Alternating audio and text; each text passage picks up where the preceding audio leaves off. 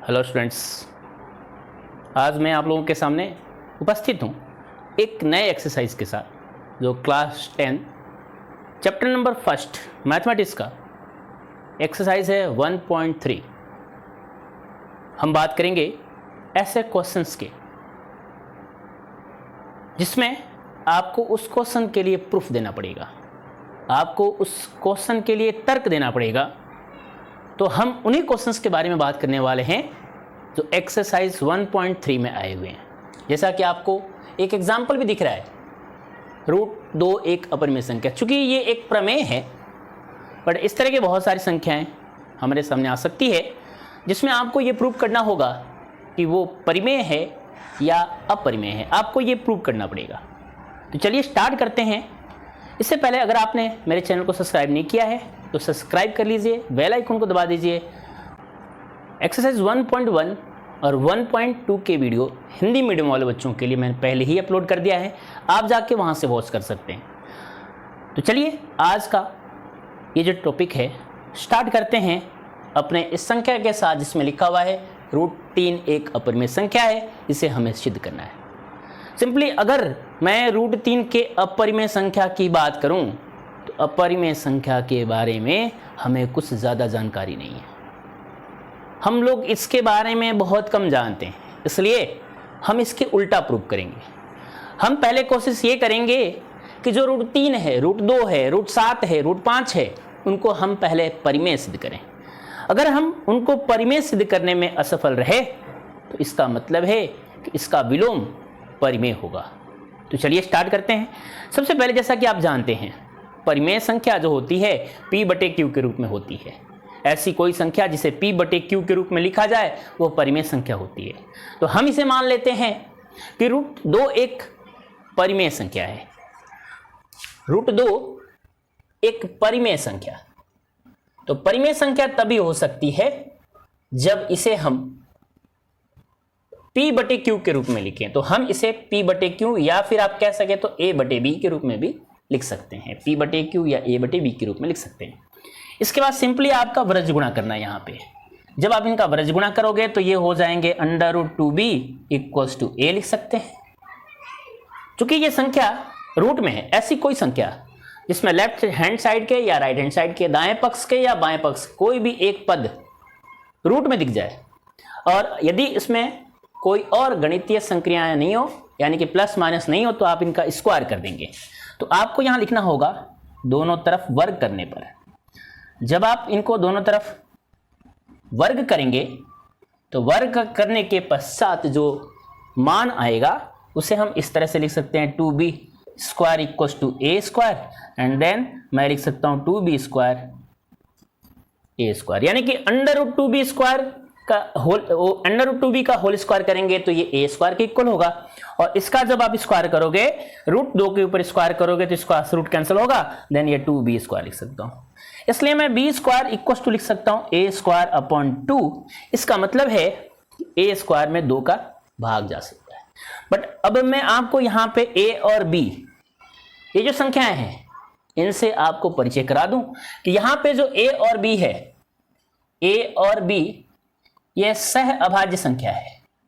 सह अभाज्य संख्या, सह अभाज्य संख्या की अगर बात करें तो सह अभाज्य संख्या को मैं आपको कुछ एग्जाम्पल से समझाता हूं।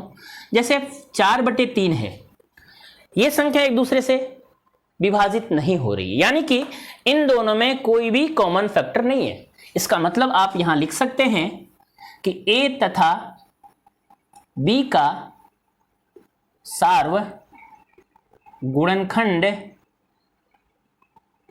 नहीं होगा।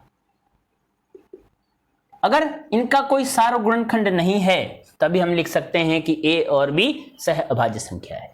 सह अभाज्य संख्या को हमने अपॉन में लिख दिया और सह अभाज्य संख्या को हमने इसलिए लिखा कि यह सबसे किसी भी भिन्न का सरलतम रूप होता है। तो यह सरलतम रूप है क्योंकि जैसा कि मैंने आपको एग्जांपल दिया था 4/3 में फिर से आगे भाग नहीं जा सकता, यह किसी संख्या का सरलतम रूप हो सकता है। तो यहां पे अब हम आगे की बात करते हैं। यहां पे जैसा कि आपको दिख रहा है b² = a²/2। हमारे पास एक थ्योरम है, एक प्रमेय है और उस प्रमेय के अनुसार यदि ये जो 2 है ये ए स्क्वायर को पूर्णतः विभाजित कर रहा है, इसका मतलब है कि 2 ए को भी पूर्णतः विभाजित करेगा।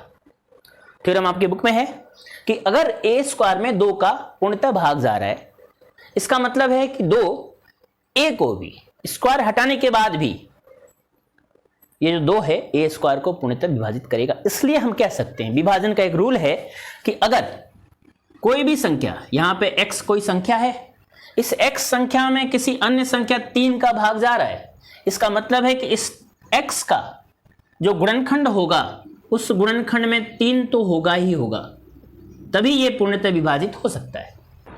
यहां भी हमारे पास लिखा हुआ B square equal to A square बटे 2, जैसा कि मैंने आपको प्रमेय बताया कि ए स्क्वायर 2 से भाज्य है,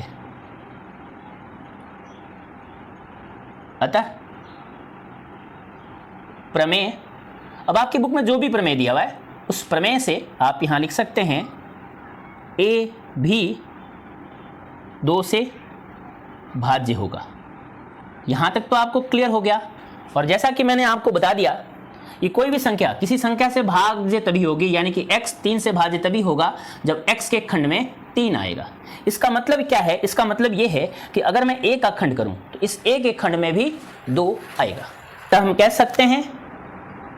कह सकते हैं कि a भी 2 से भाज्य होगा। इसका मतलब यह है कि a के खंड में कहीं ना कहीं 2 आएगा। इसका मतलब मैं ये लिख सकता हूं कि a का एक खंड 2 होगा। इसी तरह से अब आपको a का खंड मिल गया, अब हमें b का एक खंड और निकालना है।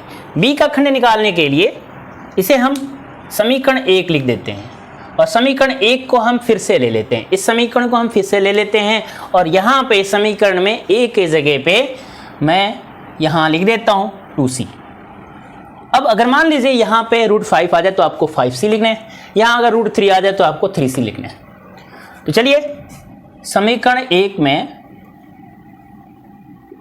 a बराबर 2c रखने पर, यह तरीका इसलिए यूज कर रहा हूँ क्योंकि मुझे जिस तरह से a का एक खंड मिल गया उसी तरह से मुझे b के भी एक खंड चाहिए।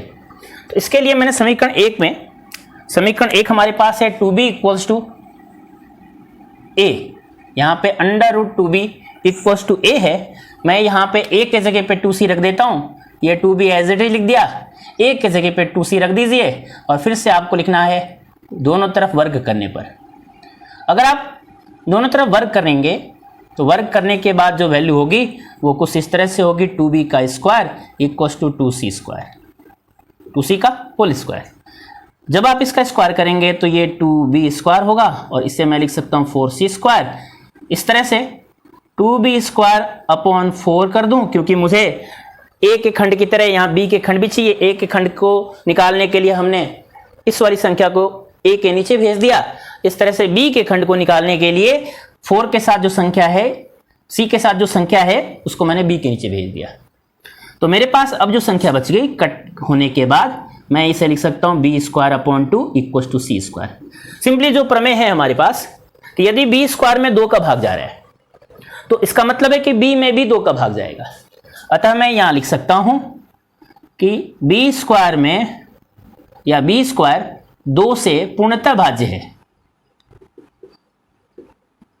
इसलिए b भी 2 से पूर्णतः भाज्य होगा। Is it clear? जैसा कि आपके पास थ्योरम है कि यदि a स्क्वायर किसी संख्या से भाज्य है तो उसका रूट यानी कि a भी उस संख्या से पूर्णतः भाज्य होगा। इसी तरह से b स्क्वायर में अगर 2 का पूर्णतः भाग जा रहा है तो b में भी 2 का पूर्णतः भाग जाएगा। इसका मतलब यह है कि 2 b का भी एक खंड होगा। इसलिए हम कह सकते हैं कि 2 b का एक खंड होगा। अब आपके पास यहां पे 2 कथन मिल गए। एक तो ये कथन मिल गया कि a का एक खंड 2 है और यहां एक कथन मिल गया कि b का एक खंड 2 है, यानी कि a और b दोनों में 2 एक खंड है। इसका मतलब है कि a और b दोनों का सार्वगुणनखंड यानी कि दोनों में जो कॉमन है वो 2 है। इसका मतलब है कि मैं यहां लिख सकता हूं कि a तथा b का सार्वगुणनखंड 2 है। बट हमने जो माना हुआ है कि इसमें ए तथा बी का सार्वगुणनखंड नहीं होता, इसका मतलब है कि ये जो हमने माना हुआ है इसमें और ये जो हमने प्रूव किया हुआ है इसमें दोनों में एक विरोधाभास उत्पन्न हो रहा है। अब ये विरोधाभास उत्पन्न क्यों हुआ? क्योंकि हमने हमारी जो अवधारणा थी, जो शुरुआत में हमने मान ली कि a बटे b एक परिमेय संख्या है, उस अवधारणा की वजह से इन दोनों में विरोधाभास उत्पन्न हुआ। इसका मतलब है कि अब हमने जो प्रूफ किया वो तो बिल्कुल सही है, हमने जो कंसेप्ट यूज किया वो तो बिल्कुल सही है, उसमें हमने प्रूफ दिया।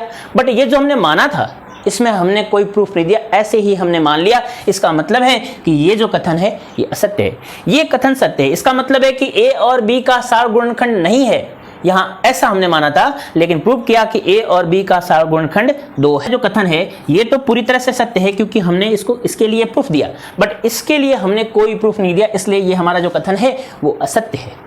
अब ये कथन असत्य है, इसका मतलब है कि ये परिमेय संख्या होने का भी कथन असत्य होगा, इसलिए हम कह सकते हैं कि ये जो होगा ये एक अपरिमेय संख्या होगा। अपरिमेय संख्या लिख सकते हैं आप इसे, यानी कि ये जो कथन है असत्य है। आप इस तरह से यहाँ पे लैंग्वेज लिख सकते हैं कि यहाँ पे एक विरोधाभास उत्पन्न हो रहा है। विरोधाभास इसलिए उत्पन्न हो रहा है कि हमने शुरुआत में √2 को परिमेय संख्या माना था, जो कि कथन असत्य है, इसलिए हम कह सकते हैं कि √2 एक परिमेय नहीं अपरिमेय संख्या है। ये जो हमारा अगला क्वेश्चन है, इस क्वेश्चन में लिखा हुआ है 2 + √2 एक अपरिमेय संख्या। आपको ये प्रूव करना है, जैसा कि इसके पहले क्वेश्चंस में आपने सीख लिए कि √2 एक अपरिमेय संख्या है, यानी कि ये कंफर्म है कि √2 एक अपरिमेय संख्या है। तो सबसे पहले इसके जस्ट अपोजिट हम मान लेते हैं कि 2 + √2, क्योंकि जैसा कि मैंने आपको बता दिया कि अपरिमेय संख्याओं के बारे में हमारे पास कोई ज़्यादा जानकारी नहीं है, तो हम इसे मान लेते हैं 2 + √2 = a/b। a/b यानी कि ऐसी कोई संख्या जिसे बटे के रूप में लिखा जाए, वो संख्या परिमेय होती है, तो हम इसे परिमेय मान लेते हैं, जहाँ पे a तथा b दोनों सह अभाज्य संख्या है। a तथा b सह अभाज्य संख्या, यानी कि आपस में इनका कोई भाग नहीं होगा, ये सह अभाज्य संख्या है। चलिए इसका वज्र गुणा कर देना। यहाँ पे आपको लिखना है √2 = a/b। सबसे पहले तो 2 को इस तरफ सेंड कर दीजिए, ताकि अपरिमेय संख्या यानी कि जिसको हमने सिद्ध किया, क्या सिद्ध किया था आपने? सिद्ध किया था कि √2 एक अपरिमेय संख्या है, तो √2 को सिंगल कर देना। इसके बाद ये जो वैल्यू है सिंगल जो बची गई 2, इसको दूसरी तरफ शिफ्ट कर दिया, ये हो जाएंगे a/b - 2 लिख सकता हूँ। यहाँ √2 = a/b - 2/1 लिख सकता हूँ। यहाँ पे आपको इन दोनों का एलसीएम लेना।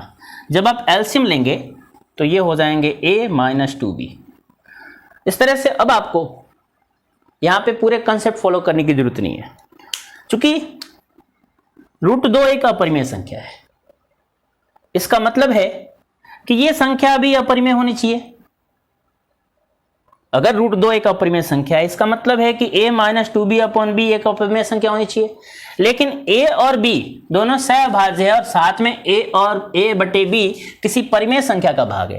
तो परिमेय संख्या को यदि आप जोड़ते हो, घटाते हो और उसको अपॉन में रख देते हो तो परिमेय संख्या आती है। तो यहां भी एक विरोधाभास उत्पन्न हो रहा है कि ये तो अपरिमेय है, लेकिन a - 2b/b ये परिमेय है, हमने जो माना उसके अनुसार। तो यहां भी एक विरोधाभास उत्पन्न हो रहा है। ये विरोधाभास इसलिए उत्पन्न हो रहा है कि हमारी जो अवधारणा थी 2 + √2 = a/b परिमेय संख्या, वो गलत थी। इसका मतलब है कि मैं यहां लिख सकता हूं कि यदि √2 एक अपरिमेय संख्या है,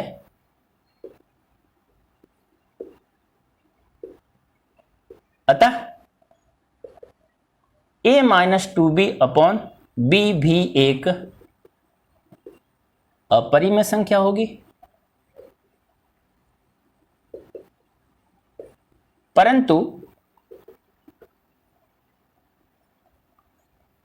हमारी गलत मान्यता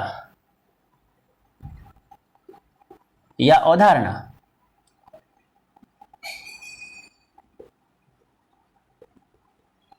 के कारण एक विरोधाभास उत्पन्न हो रहा है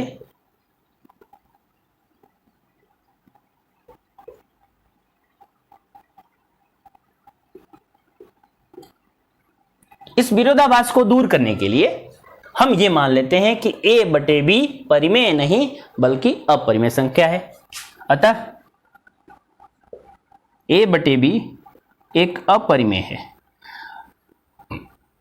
अब यदि a बटे b अपरिमेय है, a बटे b यदि अपरिमेय है, इसका मतलब है कि 2 + √2 भी एक अपरिमेय संख्या होगी, इसलिए 2 + √2 एक अपरिमेय संख्या होगी।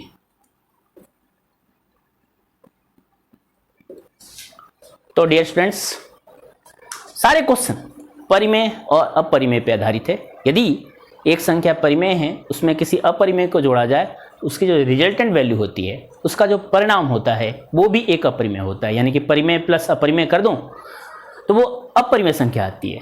किसी परिमेय संख्या में अपरिमेय संख्या का गुणा कर दूं वो भी एक अपरिमेय संख्या होती है। किसी परिमेय संख्या में अपरिमेय संख्या का भाग दे दूं वो भी एक अपरिमेय संख्या होती है।